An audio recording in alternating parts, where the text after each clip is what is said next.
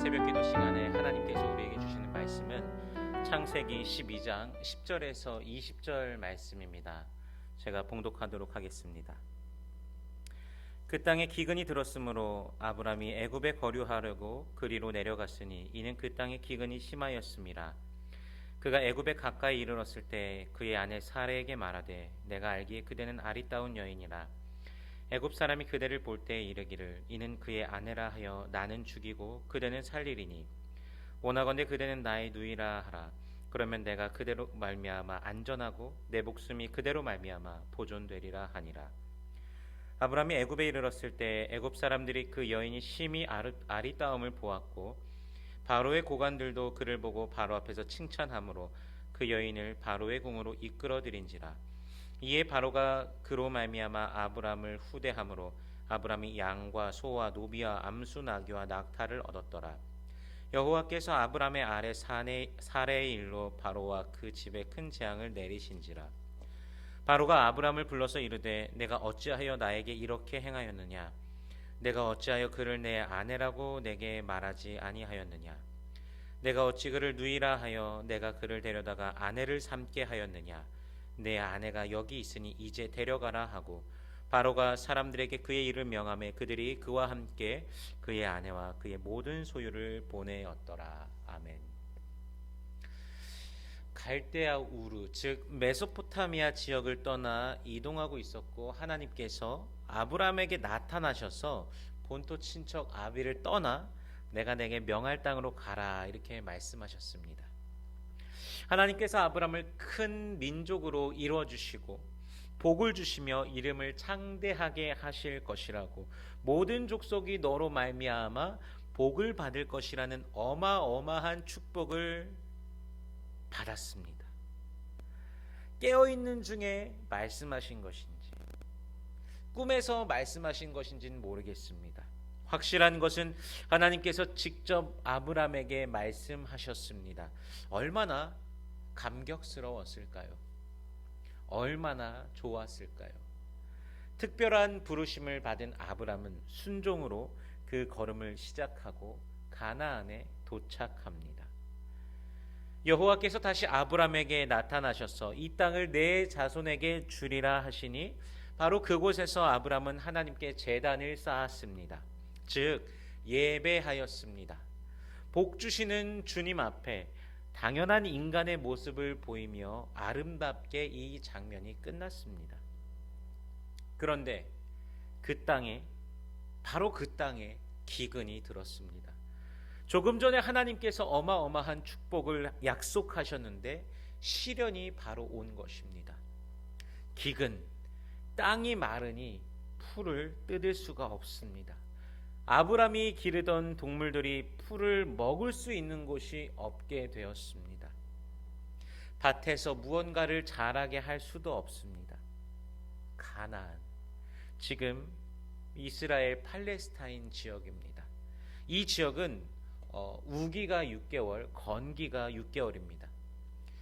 비가 오는 우기에 경작을 하지 않으면 농작물을 경작해 놓지 않으면요 6개월 동안 건조하고 메마름만 가득한 지역이어서 어떤 작물도 얻을 수가 없습니다. 땅도 석회암 재질이어서 석회암이 물을 잘 흡수하는 특성상 물을 보관하기가 쉽지 않고 비가 내리면 땅이 다 빨아들이고 땅속 깊이 지하로 흘러 들어가게 됩니다.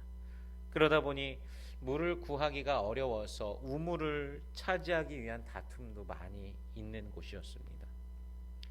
그런 지역적 특성을 생각하면서 갈대아 우르, 즉 풍성했던 땅을 떠난 아쉬움과 하나님께서 부르셔서 왔고 약속까지 받았지만 당장 눈앞에 있는 현실은 좌절이었을 것입니다.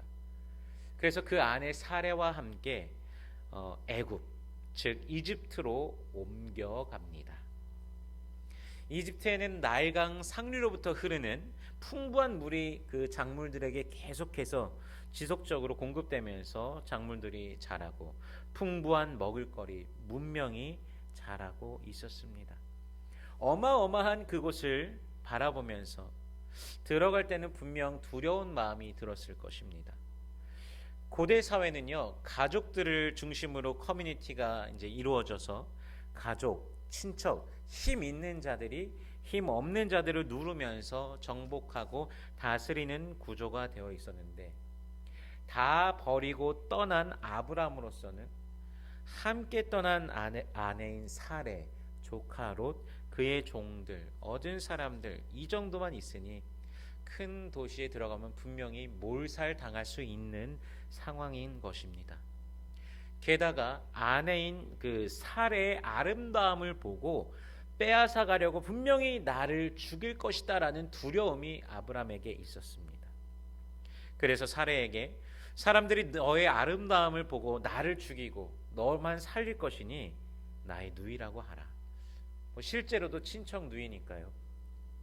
진실을 말하기는 했지만 가장 중요한 부부라는 사실을 말하지 않기로 한 것입니다. 애굽으로 들어가자마자 애굽 사람들이 바로의 고관들이 사례를 보고 심히 아름다움을 칭찬하며 바로의 궁으로 끌어들이고 바로가 아브람을 후대하여 양과 소와 노비와 암수 나귀와 낙타를 얻게 됩니다. 그런데 사례의 일로 바로와 그 집에는 재앙이 임합니다. 무엇인지는 우리가 알지 못하지만 아브람에게 복을 약속하시며 나타나셨던 하나님께서 바로에게는 재앙으로 나타나십니다. 바로가 사례를 내어주고 또한 모든 아브람의 재산까지도 다 가지고 가라고 합니다. 사실 오늘 본문은 아브람에 대한 이슈가 많은 부분입니다. 왜 하나님께서 그곳을 자손들에게 분명히 준다고 하셨는데 왜 떠났느냐? 기근이 오기는 했지만 떠난 것은 분명 잘못된 것이다. 그는 그곳에 가나안에 머물렀어야 한다라고 많은 신학자들이, 많은 목사님들이 또 이렇게 말씀을 합니다. 그러나 기근으로 인해 먹을 것이 없어서 고통받고 그들의 생계를 꾸려야 되는 그 가축들도 먹을 것이 없어 줄여 있는데 어찌 가만히 있을 수 있겠습니까? 충분히 이해가 됩니다. 그러나 아브람이 그때 하나님을 찾았다면 더 좋았을 것입니다. 나를 부르시고 나를 축복해 주신 하나님, 나에게 약속하신 하나님, 기근으로 어렵습니다. 도와주세요. 이랬으면 좋았을 텐데 그러지 않았습니다. 그러지 못했습니다. 그리고 애굽으로 가는 것을 택합니다. 여러분, 우리가 아브람의 선택을 비난하지 못할 것입니다. 우리도 똑같은 죄인이기 때문입니다. 우리도 분명 같은 입장에 처하면 그렇게 할 것입니다. 그러나 중요한 것은 하나님께서 이것을 새로운 기회로 만들어 주셔서 오히려 아브람이 더 부강해질 수 있는 순간으로 만드셨다는 것입니다. 하나님의 약속은 우리가 그분을 신뢰하지 못할 때일지라도 신실하게 우리 삶을 통하여 펼쳐져 있고 우리를 계속해서 기다리고 계시는 것입니다. 우리는 비록 신실하지 못해도 하나님은 신실하시고 우리는 기억하지 못해도 하나님은 기억하시며 심지어는 주님 품을 떠날지라도 늘 우리를 기억하고 붙드시고 돌아오게 하십니다. 우리는 예수님의 은혜를 늘 기억해야 됩니다. 오늘도 예수님의 은혜는 우리의 삶의 그 모든 것을 통하여서 넘쳐 흐릅니다. 비록 우리가 오늘도 죄에 빠질지라도 정죄하고 미워하고 질투하고 시기하고 원수 맺고 분쟁하고 분열하고 방탕할지라도 오늘도 우리를 사랑하시고 은혜로 붙들고 계시다는 것입니다.